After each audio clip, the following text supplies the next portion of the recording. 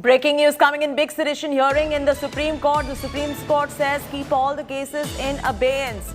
That's the latest coming in at the moment as far as the sedition hearing in the Supreme Court is concerned. We're updating live in terms of what's going on as far as the Supreme Court hearing on sedition is concerned. And the latest news trickling in at the moment is that keep all cases in abeyance. Supreme Court says stay all the trials under the stay all trials under sedition law. This is a big one. The Supreme Court has asked for a stay on all the trials under the sedition law. Also goes on to say examine sedition law first.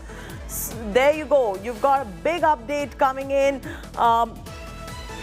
At the moment, we're bringing you the live updates. Anisha and Mathur, our legal is joining us. Anisha, while the hearing goes on in Supreme Court, I couldn't help but notice the fact that the Supreme Court says stay all trials under sedition law. Would you tout this as a very big development legally? Well, yes, legally and for the country, it is a very, very big development as the Supreme Court has made it clear that all ongoing trials will be held in abeyance. There will be no FIRs or investigations under the sedition law till this reconsideration exercise is done by the centre. In fact, the court has said these orders are going to continue till the next date of hearing, which will be in the third week of July now. And it is a very, very important order as the court has taken into account the fact that there is severe misuse of the sedition law.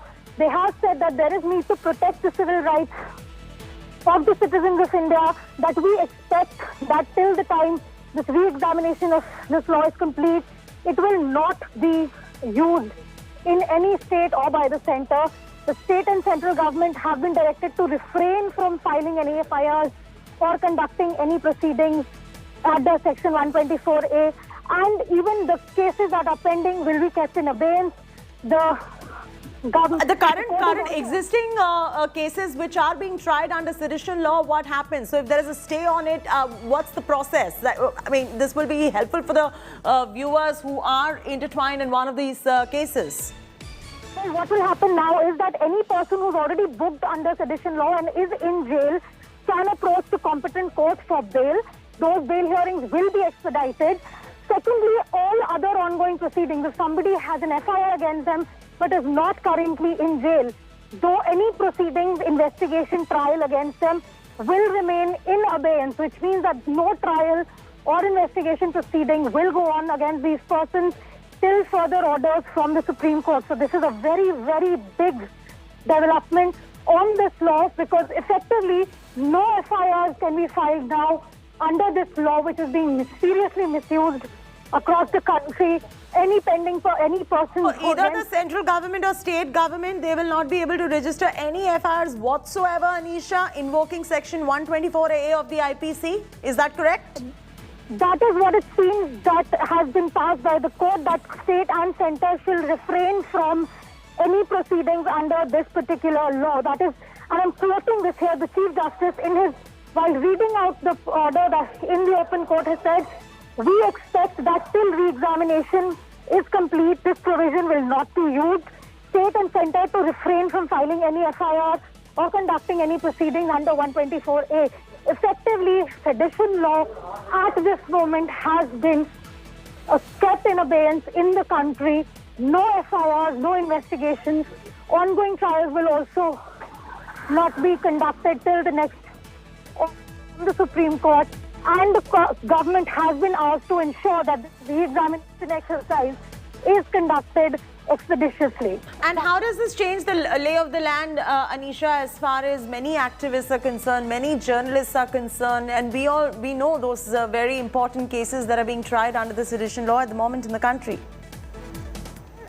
So the first thing that this does is that for any activist or journalist against whom any case is currently ongoing, and we know that there are several such persons, including 3 petitioners who were before the Apex Court themselves. Even the Editors Guild is a party to this proceeding in the Supreme Court, as it was said that this law is being misused particularly to target journalists and activists.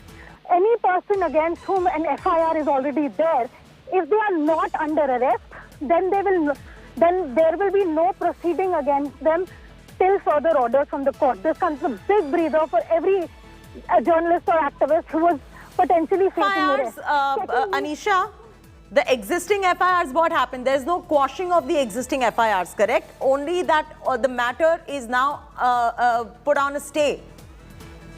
Yes, there is no quashing. Remember, the court is not passing any final orders at this stage.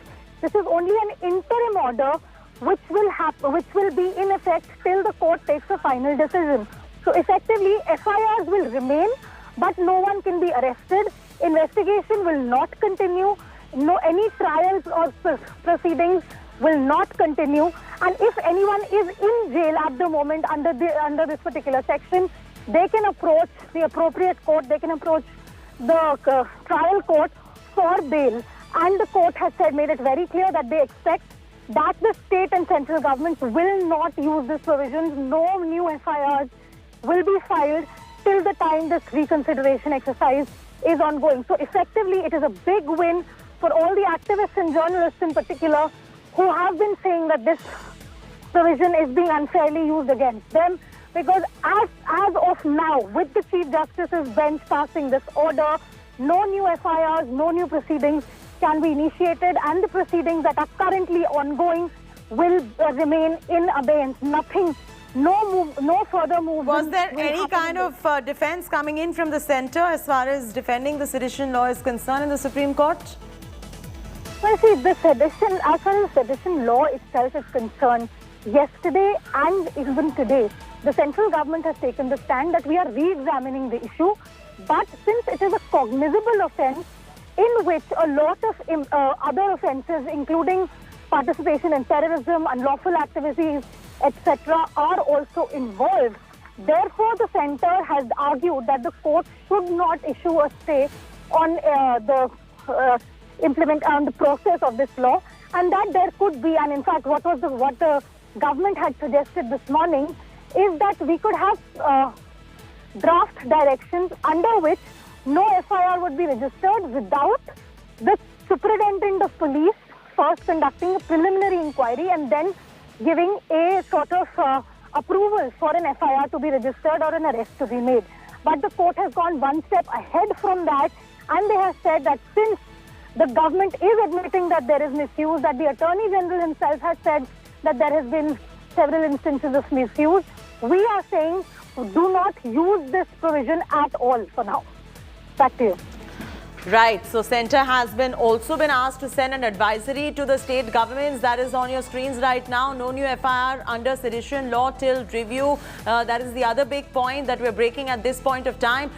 Breaking news on your screens right now. Viewers, for those who have just tuned in, this is a big legal development that is coming in at this point of time, and we're breaking that story first here on India Today. Anisha Mathur continues to be with us. The Supreme Court has stayed the sedition trial till the law is re-examined. The sedition hearing in the top court, they say keep all the cases in abeyance till review. That's one big point, and stayed all the trials under the sedition law. At the moment, there is a stay on it. So it is a respite for all the sedition cases accused at the moment. And we do involve, there are lots of journalists involved, there are lots of activists involved, and those are some very popular sedition cases that are going on in our country right now. But this is a slight bit of a shot in the arm coming in for the ones who have been accused, because at the moment, what the court says is do not quash these FIRs, but the cases will be in abeyance, but there will be a stay on all the trials under sedition law. I'm going to go straight across to Anisha once more to break this down for our viewers. Anisha, do we have any more updates on this? Because we've walked our viewers through the main points, and if you could break it down in terms of what this really means once again. Well, in a sense, what the court has done is that at this moment, no further FIRs, no fresh FIRs under sedition law would be filed. And if anyone already has an FIR against them, there will be no trial criminal process or investigation process against them. The proceedings have been kept under abeyance. And more importantly, if anyone is under arrest, if somebody is in jail under sedition charges, they can approach the appropriate court and get bail, and those hearings will have to be expedited. Now, while we are talking about how this is a shot in the arm for activists and journalists, the centre in its arguments has raised the point that sedition charges are also against persons who may have been involved in terrorism or any other serious activities, and therefore the centre was arguing that there should be no stay. But with this order by the court, it is going to be very, very crucial to see how this is going to play out. Further, the court has pronounced just a very short order where the court has very clearly said that there is misuse of the law. The Attorney General has given instances of misuse of the law. The centre has said it would reconsider this law. Therefore, we have to protect the civil rights of the citizens of India. So therefore, at this moment, the biggest takeaway from this order is that at this moment, no new FIRs, any pending cases, no further investigation will happen till any further orders from the court. And the government has been asked to ensure that this reconsideration process is conducted smoothly and soon. The hearing in this matter will once again happen in the third week of July, which means that within the next 2 months, we should see some sort of development, some sort of move coming from the centre on what their next step is going to be. And so this is a very, very big development from the Supreme Court today.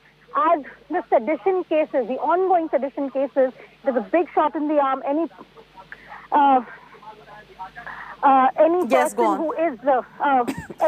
who has been booked can seek relief. Any person who could potentially Ujjwal be Nigam, who's a senior lawyer, is now joining us on the phone line as well. Mr. Nigam, what do you make of this? The Supreme Court has now urged the centre and states to refrain from registering any FIR invoking Section 124A of the IPC. This only means that all the trials that are taking place under the sedition law, they are going to be on hold for the moment. Over to you, Mr. Ujjwal Nigam, in terms of what you make of this legally.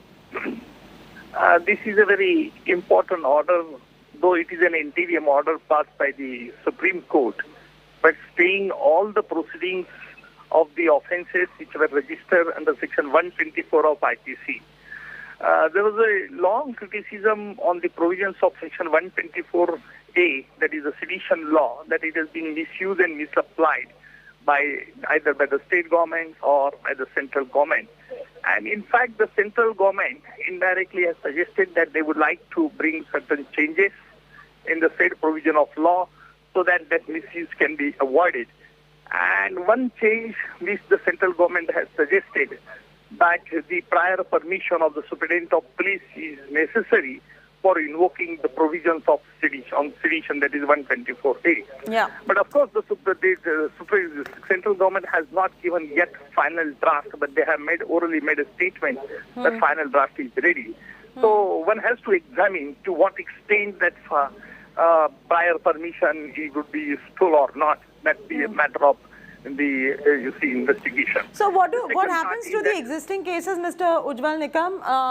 The existing cases of sedition that are already going on, and some of them very popular ones of journalists and many activists as well. Exactly what happens to those cases for the moment?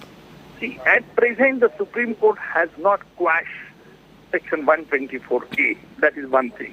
What the Supreme Court has passed an interim order staying the operation of the sedition law, that is 124. So henceforth, you see, it is very, very difficult to invoke the provisions of 124A against any person at present. But the Supreme Court has stayed the procedure, that is the implementation of Section 124A. Meaning that, of course, this interim stay has no retrospective operation, and therefore whatever the proceedings which have been already filed under Section 124, that will remain intact at present. And at the moment, one cannot be quashing any FIRs, and that is what this means, right? Just the fact that any FIRs invoking 124A of the IPC, there will be a refrain from registering them. Is that correct? Yes. Only the interim stay for making the implementation of Section 124 is being stayed means that no person, that police can't register the offence under Section 124 at present. But the precise question is what is the status and nature of those proceedings which are already being filed. And you see, of course, the concerned person will have the legal right to challenge in view of the Supreme Court interim order, but of course the Supreme Court is not a final order. And as a lawyer, Mr. Ujjwal Nikam, what do you make of the Section 124A? Is that in accordance currently with the social milieu, or is it dated? And are you welcoming this particular move at every level at the moment? As a lawyer, as a citizen of this country, what is your take on Section 124A of the IPC? I am of the candid opinion that the provisions of Section 124 are so loosely drafted and so wide range to cover any act amounts to a disaffection against the government established by the law. So you see, our constitution has given certain fundamental rights to every citizen of India, and this particular provision act is in violating the fundamental rights. And therefore, you see, that question is before the Supreme Court also, what is to be done about that. And I think the Supreme Court will clear the picture. Let us see what happens. Well, it's a wait and watch for now, and the government would now, Mr. Ujjwal Nikam, will have to re-examine this particular law at the moment and the constitutional validity of Section 124A IPC at the moment. Where does it exactly stand? All right. All right, Ujjwal Nikam will be joining us in just about a bit, but that was Ujjwal Nikam, a very prominent lawyer, giving his first-up reaction on this big breaking news that is coming in at this point of time. The big sedition hearing in Supreme Court, our top focus at the moment. The Supreme Court, let me just give you point by point what has really happened. For the viewers who have just tuned in, number one, Supreme Court has said, very simply, keep all the cases in abeyance. Number two, what the Supreme Court has says, is that... साथ-साथ एक महत्वपूर्ण प्रश्न उन लोगों पे उठता है जो कहीं ना कहीं ऐसे तत्वों के प्रति सरल शांत दिखते हैं या वो उनसे समर्थन इनडायरेक्टली लेते हुए दिखते हैं, उन पर कार्रवाई नहीं करते हैं, तो ये प्रश्न जो है उठेगा। और पंजाब में देखिए क्या हो रहा है, मोहाली में, तो क्या कहीं ना कहीं चुप्पी क्यों वहां की सरकार की? उन्हें भी जोर से बोलना चाहिए और देश हित में और जनता के हित में कार्रवाई करनी चाहिए।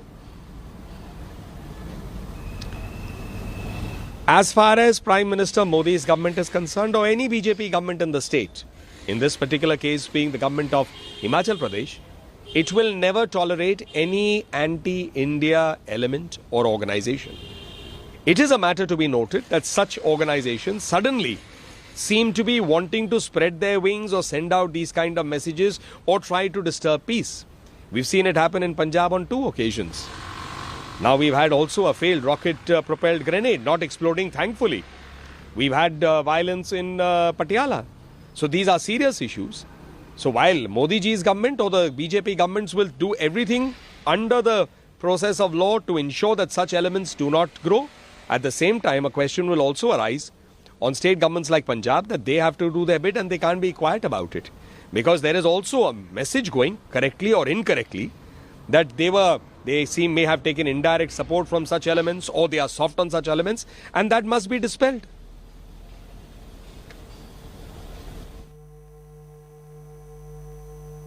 Let's also get some activists to give you a sense of how they feel about this. Some prominent activists, some prominent journalists who can also speak about how they feel, because remember, this has got to do with sedition.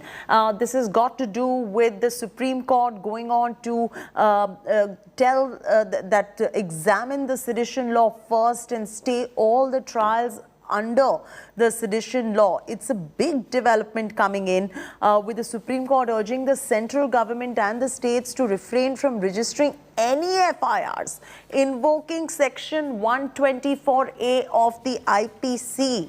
And really, it's a big development coming in at this point, and we must get reactions, and I'm requesting the producers to do so, from activists, from prominent journalists as well, if we could get their quick reaction on how they look at what the court observed today as well.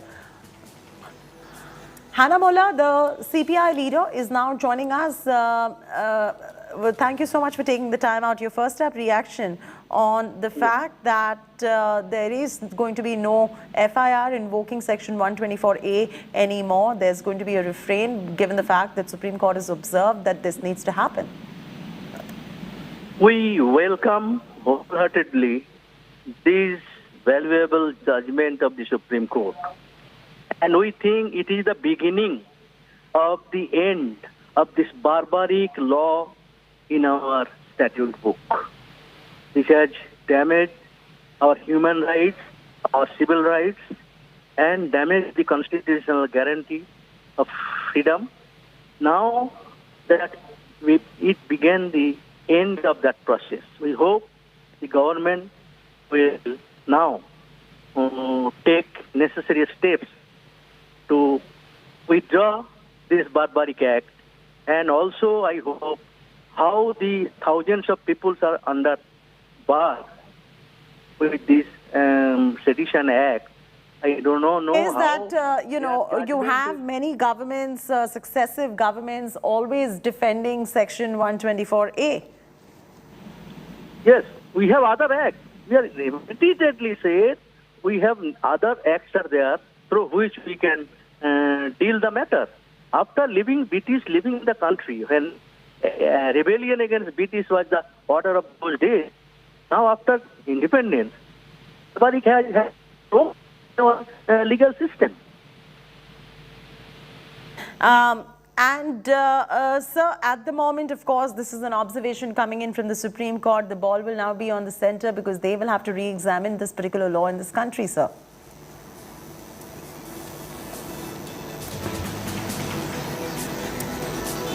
All right, we've lost that connection right there, but the bench today examined the validity of the law, and that big story on air at the moment. Anisha, we're getting a lot of reactions coming in as well on this developing story, on the big story that is broken right now.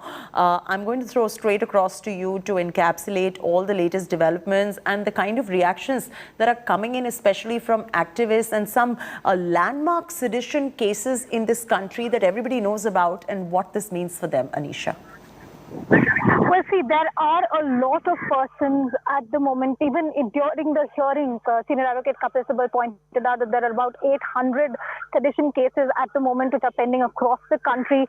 Some of these are also against activists and journalists and lawyers who've spoken out against the government. Some of them are against political rivals that have spoken out against the state governments. Now, all of these will now get some sort of a relief. At the moment, what the court has said, and I'm just going to quote what the bench has said in its order. If you can just give me 2 seconds. They've said, we hope that center and state will desist from registering any FIR under Section 124A or initiating any proceedings against the same till the re-examination exercise is over. If such cases are registered, parties can approach the court, and the courts are to expeditiously dispose of the same with regards to this order. The court has also said it would be appropriate to put this particular provision in abeyance for now till the examination exercise is over, and we hope and expect that the center and states will refrain from registering any FIR, continuing any investigation, or taking any coercive steps under Section 124A IPC while it is being reconsidered by the central government. The court has also said that the center is free to issue the directions as it had suggested, that they should even remember, because in the beginning of the hearing, the Solicitor General had suggested practice directions that no FIR or proceeding will be conducted without the approval. You know, since you understand the law so well, if you could just also walk our viewers through how the popular narrative in this country today, sedition is being taken as an anti-national act, but in the law, the sedition is actually an anti-government act. Is that correct? It is not really a crime against a country or a nation. Well, see, if you look at the history of the sedition law and how it actually came down, sedition was basically any act or speech which would effectively create disaffection against the government. Now, in various judgments over the years, it has been said that you cannot impose sedition provision unless there is an actual incitement to violence with after whatever speech or action or the movement is there. So simply criticism of the government is not sedition. It has to be a call to armed insurrection or some sort of violent act against the government, against the duly elected government. Now that is where this entire question comes in, because we've seen so many cases where offensive sedition is imposed if there is criticism of a government policy, if there is criticism of certain acts of the government, or if in fact there have been cases where sedition has been imposed against journalists for reporting on something, or against lawyers and activists for what they call fact-finding reports. If there has been an act of violence, sedition, this is one of the more contentious issues that had come up. One of the petitioners in this case itself, one of the petitioners is Kishore Chandra Vamkhencha, who's a Manipur-based journalist and activist who was slapped with a sedition case after he had criticized certain policies of the state government. There are a lot of things that have been used, a lot of issues that have come up as far as the misuse of sedition law is concerned, as far as the use of sedition law to punish various activities is concerned. And there has been, since you talk about the misuse as well, sometimes there is a misuse by the government as well, because you never know whether they're doing it because they fear violence or whether they're doing it to discipline an opposite viewpoint. And this is not just one government, it's governments across the board, whether it is the state governments or the central government. Isn't it? Well, yes, we've seen this kind of cases coming in, that the government is misusing these, this offense. We've seen, in fact, the court has also said this very specifically, that there has been massive misuse of this particular provision.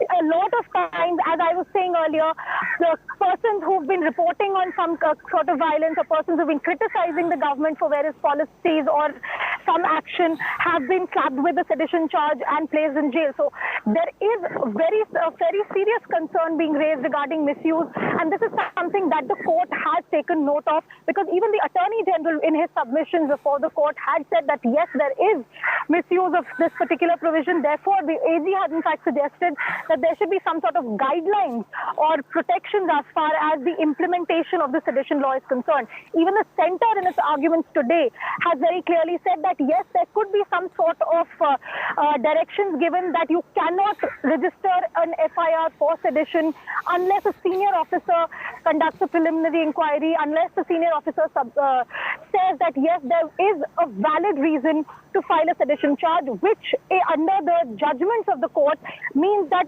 you can that there has to be a certification from a senior officer that whatever activity or speech that was conducted has actually led to some sort of violence or violent act against the government of the state or the government of India. Now, in most of the cases that we've seen in the last few weeks or months, the speeches criticizing the government, the speeches at various protest sites, reports by journalists, reports by activists, etc., have also been slapped with sedition charges. So this is going to be very, very crucial to see how this is going to play out. If the government is saying very clearly that we are reconsidering the sedition law because there is misuse, this is something that the affidavit had said, that even the government is cognizant of the fact that there has been misuse of this particular law. What step will now the government? Absolutely. We've lost that connection right there to Anisha Mathur, who is getting us the latest details. But, you know, the fact that Anisha was explaining is that there are cases where it has been proven that sedition law has been time and again been misused in this country. And many critics have touted this to be a law from the colonial times as well. And at this point of time, this looks like an end game for sedition law in this country. And it's come in as a respite for many sedition cases. There have been many prominent sedition cases also in this country. It involves activists, as you already know. It involves some prominent journalists, as you already know. Perhaps this is a shot in the arm coming in for free press in this country too, with this observation that has been made by the Supreme Court today. But having said that, I just would like you to walk you through what this judgment really is all about. It says that keep all those cases which are currently going on in abeyance and stay all the trials under the sedition law and examine examine the sedition law first. So the centre will really have to examine the sedition law. And this also means that states and centre will now be refraining from registering any FIRs which are going to be invoking section 124A of the IPC. So you cannot register any FIRs under it, but the existing FIRs will not be quashed. And that's a very important technicality that was even explained by a lawyer who joined us on this broadcast earlier, and Anisha Mathur also explained it. The court has also urged the central government, the state governments to refrain from registering any FIRs invoking section 124A of the IPC.